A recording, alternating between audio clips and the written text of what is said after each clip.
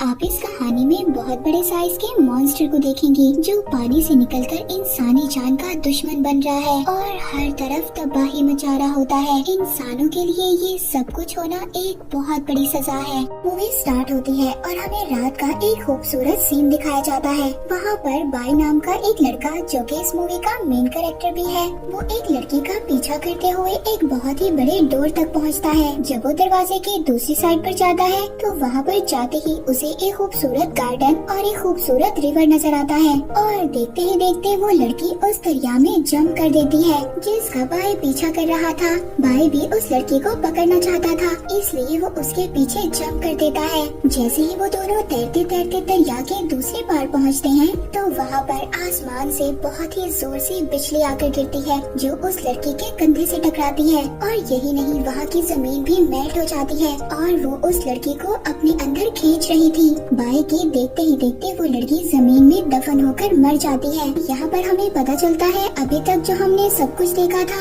वो बाई का सिर्फ एक ख्वाब था, न कि रियलिटी थी। बाई जैसे ही अब इन सब बातों को अपने माइंड से निकालकर अपने काम पर पहुँचता है तो वहाँ पर जाकर उसको पता चलता है जो उसका पार्टनर था उसको किसी बिजनेसमैन के गार्ड्स ने पकड़ लिया था, क्योंकि उस बिजनेसमैन का ये कहना था कि बाई के फ्रेंड ने उसकी कोई बहुत ही इम्पोर्टेंट चीज चुराई थी। वो लड़का बार बार कसम खाकर सबको यकीन दिलवा रहा था कि उसने कुछ भी नहीं किया, मगर उस लड़की की कोई भी बात नहीं सुनी जा रही थी। जब उस लड़की को सजा मिलने वाली थी तभी बाई आ जाता है और उसको बचाता है और बिजनेसमैन से कहता है कि मैं इसकी तरफ से माफी मांगता हूँ, आप प्लीज इसको छोड़ दें। बाई बिजनेसमैन से कहता है कि आप जो भी कहेंगे मैं करने के लिए तैयार हूँ। ये सब बातें सुनकर उस बिजनेसमैन के एक्सप्रेशन ऐसे थे कि जैसे उसका कोई काम पूरा हो गया हो, उसने अपना काम निकलवाना हो और उसको अपना काम निकलवाने का मौका मिल गया था। तो बिजनेसमैन बाई के सामने ये शर्त रखता है कि अगर तुम मुझे सेलेस्टियल बोल ला कर दे दो तो मैं तुम्हारे दोस्त को बिल्कुल सही सलामत छोड़ दूंगा। बाई के पास अब कोई और रास्ता नहीं था,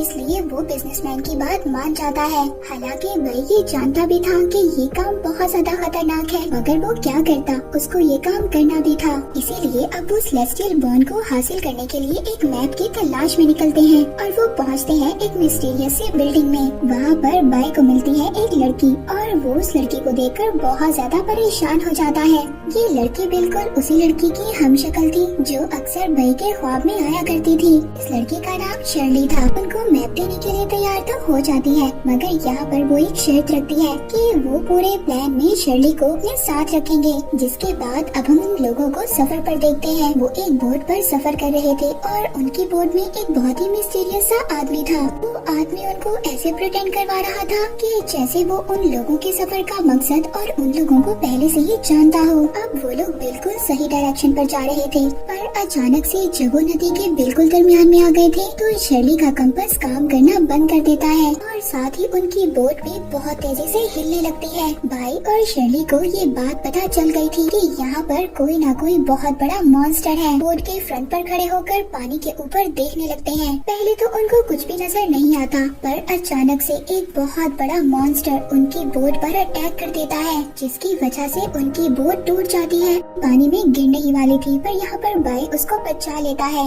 इसके बाद वहाँ पर बाई के सभी फ्रेंड्स इकट्ठे हो जाते हैं उस मॉन्स्टर से लड़ने के लिए। बाई को यहाँ पर एक आइडिया आता है। वो बोट का सेफ क्लॉथ उतार कर उसको एक ट्रैप में चेंज कर देता है ताकि वो इस ट्रैप में उस मॉन्स्टर को कैद कर सके। वो मॉन्स्टर जैसे ही इनकी बोट पर जंप करता है, बाई उसको अपने बनाए हुए ट्रैप में फंसा तो लेता है, लेकिन उस मॉन्स्टर ने एक ही झटके में उस ट्रैप को तोड़ दिया था। अब मॉन्स्टर को बहुत ज्यादा गुस्सा आ गया था, जिसकी वजह से मॉन्स्टर ने बोट पर तोड़ फोड़ शुरू कर दी थी और वहाँ पर अब वो सबको खाने ही वाला था। तभी यहाँ पर एंट्री लेता है वही मिस्टीरियस आदमी जिसको हमने इनकी बोट के सफर पर स्टार्ट में देखा था। वो अपने इलेक्ट्रिक वेपन से मॉन्स्टर पर अटैक करता है। उस मॉन्स्टर को बहुत ज्यादा दर्द हो रहा था और आखिरकार वो मॉन्स्टर उनकी बोट छोड़कर वहाँ से चला गया था।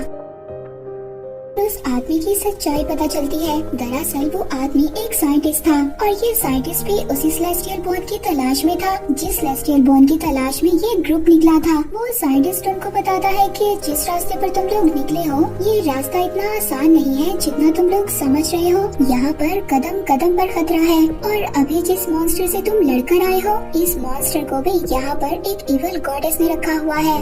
अब वो अपने आप को इन सब खतरों से लड़ने के लिए तैयार करते हैं और और एक माउंटेन पर पहुंचते हैं। वहाँ पर उनको एक टेम्पल नजर आता है। उस टेम्पल को देखते हुए वो आहिस्ता आहिस्ता उसके अंदर जाते हैं। तभी बई को एक बटन मिलता है। उसको दबाते ही उसके सामने एक टनल खुल गई थी। वो टनल उनको एक बहुत बड़े दरवाजे तक लेकर जाती है। बई बहुत ही मुश्किल से उस गेट को खोलता है। वो जहाँ पर गए थे वो एक आइस केव था और बहुत ज्यादा स्लिपरी था। उनका खड़े रहना वहाँ पर बिल्कुल भी मुमकिन नहीं था। बई यहाँ पर नोटिस करता है कि अगर वो ऐसे ही आगे बढ़ते रहे तो वो बहुत जल्दी टकरा कर मर जाएंगे। इसीलिए सबसे पहले वो अपनी नाइफ का यूज करता है, अपने आप को स्टेबल करता है और फिर अपनी फ्रेंड शर्ली को बचाता है। दूसरी तरफ बई के फ्रेंड्स भी उस तक टकराने वाले थे। अब बई यहाँ पर ये करता है कि वो शर्ली को अपने दूसरे फ्रेंड्स पर धक्का देता है। तभी वहाँ पर वो सभी एक टनल में गिर जाते हैं और अब वो एक नई केव में पहुँच गए थे। पर बई यहाँ पर खतरे में था, मगर शर्ली अपना हुक डालकर बई को भी दूसरी केव तक ले आती है। शर्ली ये बात नोटिस करती है कि उनके इर्द गिर्द कोई है और यहाँ पर अचानक से शेडोज के अंदर से बहुत सारी आईज ओपन होती हैं। ये देखने में बहुत खौफनाक था। दरअसल ये सारी आईज वुल्फ भेड़ियों की आईज थी और यहाँ पर भूखे भेड़िए उन पर अटैक करने के लिए तैयार थे। अब इससे पहले ये लोग किसी एंट्रेंस को ओपन करते या वहाँ तक पहुँच पाते, तभी वहाँ पर सभी भेड़िए इन पर अटैक कर देते हैं। ये सारा ग्रुप उन भेड़ियों से मिलकर लड़ता है। ये अपनी तलवारों से उन भेड़ियों को दूर कर रहे थे और तभी भाई यहाँ पर कुछ लाइट्स ऑन करता है। ये भेड़िए लाइट से दूर भागते हैं। तभी भाई ये डिसाइड करता है कि वो यहाँ पर जितने भी भेड़िए हैं सभी को लाइट दिखाकर सबको दूर रखेगा और बाकी जो लोग हैं वो इस बात का फायदा उठाएंगे। वो ऊपर वाले एंट्रेंस से बाहर निकलने की कोशिश करेंगे। शर्ली यहाँ पर अपना एंकर यूज करती है और वो उसे रस्सी बांधकर ऊपर वाले एंट्रेंस से अटैच कर लेती है। अब जब वो ऊपर चढ़ने की कोशिश कर रही थी तो वहाँ पर जो वुड्स थी वो टूट जाती हैं। शर्ली तो नीचे गिर गई थी, मगर वो जो ऊपर का होल था उसके टूटने से उस केव के अंदर सूरज की रोशनी आ गई थी। तो यहाँ पर भेड़ियों पर ये कर्ज था कि वो सूरज की रोशनी में नहीं आ सकते थे कि सूरज की रोशनी उनकी स्किन को जला देगी। इसी वजह से वो भेड़िए उनसे दूर हो जाते हैं। मगर अभी भी वो भेड़िए इनके खून के प्यासे थे और वो इनको खाकर अपनी भूख मिटाना चाहते थे। पर लकीली उन भेड़ियों को इस बात का मौका नहीं मिलता। वो सब लोग सूरज का फायदा उठाकर उस एंट्रेंस से बाहर निकल जाते हैं। मगर तभी अचानक वहाँ पर सूरज के आगे बादल आ जाते हैं और धूप बिल्कुल खत्म हो जाती है। अब बई उन वुल्फ्स के साथ ही उसी केव में फंस गया था। बई के फ्रेंड मिरर से उसके ऊपर शेडो बनाते हैं और बमुश्किल उसे ऊपर ले ही आते हैं। इतने ज्यादा खतरे बर्दाश्त करने के बाद अब उनके अंदर बिल्कुल भी हिम्मत नहीं थी कि वो आगे और ज्यादा खतरों को बर्दाश्त कर पाते। इसीलिए अब वो सारे के सारे लोग सेलेस्टियल बोन को लिए बगैर ही वापिस आ जाते हैं। जब वो लोग शहर वापिस आ गए थे, शर्ली अपने फ्रेंड बई की बैंडेज कर रही थी। तभी नजर आता है कि जैसा निशान उसके बैग पर था बिल्कुल वैसा सेम निशान बई के भी बैग पर था। शर्ली अपनी सारी टीम को इकट्ठा करती है और उस निशान के बारे में सबको बताती है। वो निशान कोई आम निशान नहीं था बल्कि वो एक कर्ज था। अब शर्ली यहाँ पर उस मार्क की कहानी बताती है। यहीं से इस मूवी की स्टोरी पास्ट में जाती है। कुछ टाइम पहले की बात है। हमारे जो बड़े थे वो एक डेजर्ट से गुजर रहे थे और गलती से वो लोग एक इवल गॉडेस के केव में चले गए थे, जहाँ पर एक इवल गॉडेस कई सालों से आराम कर रही थी। उनके आते ही उस इवल गॉडेस को बहुत ज्यादा गुस्सा आ गया था। इसीलिए वो सभी मॉन्स्टर से उन पर अटैक करवा देती है और उस अटैक की वजह से ही ये कर्स मार्क उनको मिल जाता है। इसका मतलब ये था कि जिन लोगों को भी ये कर्स मार्क मिला था वो लोग 50 साल की उम्र से पहले पहले मर जाएंगे और यही कर्स आगे उनके बच्चों पर भी ट्रांसफर होगा। इसीलिए अब ये सभी लोग स्टोरी सुनकर बहुत ज्यादा परेशान हो गए थे। वो शर्ली से पूछते हैं क्या कोई रास्ता है इस घर से बाहर निकलने का। बताती है कि जिस सेलेस्टियल बोन की तलाश में हम पहले निकले थे वो ही सेलेस्टियल बोन इस निशान को खत्म कर सकता है। वही जो कि अब शर्ली को बहुत ज्यादा पसंद करने लगा था। वो ये डिसाइड करता है कि वो शर्ली को ऐसे मरने नहीं दे सकता। वो हर हाल में सेलेस्टियल बोन लेकर शर्ली की जान बचाएगा। अब इस काम में उसके सभी ग्रुप के लोग भी उसकी हेल्प करने के लिए तैयार थे। अब वो पहुँचते हैं दोबारा उसी केव के अंदर जहाँ पर बहुत सारे भेड़िए थे। वो उस केव की कंडीशन को बहुत अच्छे तरीके से जान गए थे, इसीलिए अब वो लोग पूरी तैयारी के साथ आए थे। वो लोग एक मैकेनिज्म की हेल्प से 30 30 मिनट तक उस केव को रोशन रखने का इंतजाम करते हैं ताकि इन 30 मिनट के अंदर वो भेड़िए इन पर अटैक ना करे और ये 30 मिनट के अंदर अपना रास्ता कंप्लीट कर ले कि सेलेस्टियल बोन हासिल कर ये वहाँ से बाहर निकल जाए। लेकिन अगर वो ऐसा नहीं कर पाए तो वो लोग इस केव के अंदर ही फंस जाएंगे। वो लोग उस केव के अंदर जाने के बाद जैसे तैसे कर दूसरी केव को भी खोल लेते हैं। वो एंट्रेंस खुलती है एक टेम्पल की सूरत में जो दिखने में बहुत ज्यादा ओल्ड मगर एडवांस टेम्पल था। अब बई जाते ही वहाँ पर जैसे ही लाइट ऑन करता है चेन रिएक्शन की मदद से पूरा का पूरा टेम्पल रोशन हो जाता है और वो लोग बहुत ही ध्यान से आगे बढ़ रहे थे। तभी बई का अपना ही पाँव एक ट्रिगर पर रखा जाता है। बई का पाँव उस ट्रिगर पर रखते ही तो वो टेम्पल बहुत ही जोर जोर से हिलने लगता है और फिर अजीब अजीब किस्म के वेपन्स उन पर अटैक करते हैं। वहाँ पर एक तरफ से तीर निकल रहे थे तो दूसरी तरफ से तलवार, जिससे वो बहुत मुश्किलों से बचते हैं मगर अभी उनसे वो बचे ही थे। तभी उन पर बहुत बड़े बड़े स्पाइक्स गिरने लगते हैं। उनको अब ऐसा फील होता है कि उन्होंने सभी खतरों को पार कर लिया है। उनके सामने एक टॉम्ब अपीयर होता है। उस टॉम्ब के ऊपर वही सेलेस्टियल बोन घूम रहा था जिसकी तलाश में ये लोग यहाँ तक आए थे। यहाँ पर इन पर और भी बहुत बड़े बड़े मॉन्स्टर्स अटैक कर देते हैं। भाई जैसे ही उस सेलेस्टियल बोन को उठाकर अपने बैग में रखता है तभी वहाँ पर बहुत बड़े बड़े स्पाइडर्स आकर इन पर अटैक कर देते हैं, जिनसे बचने के लिए पूरे का पूरा ग्रुप उनसे फाइट करता है। तभी भाई ये बात नोटिस करता है कि ये सभी क्रिएचर सेलेस्टियल बोन के लिए स्ट्रगल कर रही हैं उसको बचाने के लिए। अब भाई तभी यहाँ पर एक प्लान करता है। वो अपने सभी ग्रुप मेंबर्स को वहाँ से भेज देता है और खुद उन बड़े बड़े स्पाइडर्स के दरमियान में खाने का चारा बन जाता है क्योंकि उसके पास सेलेस्टियल बोन थी।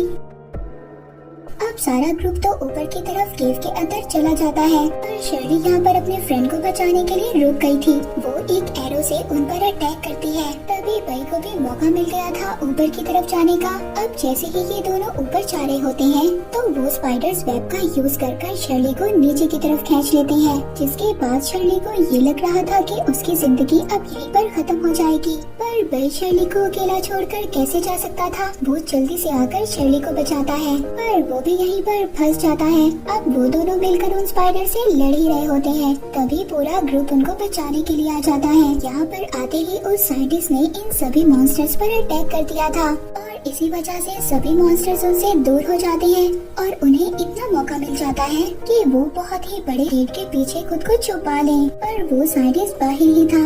वो सभी स्पाइडर से लड़ भी रहा था और अपनी बॉटल से गैसोलीन भी उन पर डाल रहा था। वो साइंटिस्ट ये काम कर वापिस आ जाता है। तभी बई वहाँ पर अपना जला हुआ लाइटर फेंककर आग लगा देता है। जैसे कि हमने पहले देखा था कि एक लाइट ऑन करने से पूरा का पूरा टेम्पल रोशन हो गया था, तो इसका मतलब ये था कि इस टेम्पल में चेन रिएक्शन हो रहा था। तो अब यहाँ पर थोड़ी सी आग लगाने से पूरा का पूरा टेम्पल ब्लास्ट हो जाता है। ब्लास्ट होने की वजह से वहाँ पर बहुत ज्यादा आग लग गई थी और अब ऑक्सीजन लेवल भी खत्म हो रहा था, जिसका सिंपली मतलब ये था कि यहाँ पर जितने भी लोग फंसे हुए थे सभी मर जाएंगे। तभी जब इन सब लोगों को ये पता चलता है कि ये लोग अब नहीं बचेंगे तो सभी लोग वहाँ पर अपने हाथों को एक दूसरे से बांध लेते हैं जैसे कि वो एक यूनिटी शो कर रहे हो। और जैसे ही ये करते हैं तभी शर्ली का कंपास दोबारा से काम करना छोड़ देता है, जिसे ये सभी लोग देखकर बहुत ज्यादा हैरान हो गए थे क्योंकि जब पहली मर्तबा शर्ली का कंपास काम करना बंद किया था तो उनके ऊपर सबसे पहले रिवर मॉन्स्टर ने अटैक किया था।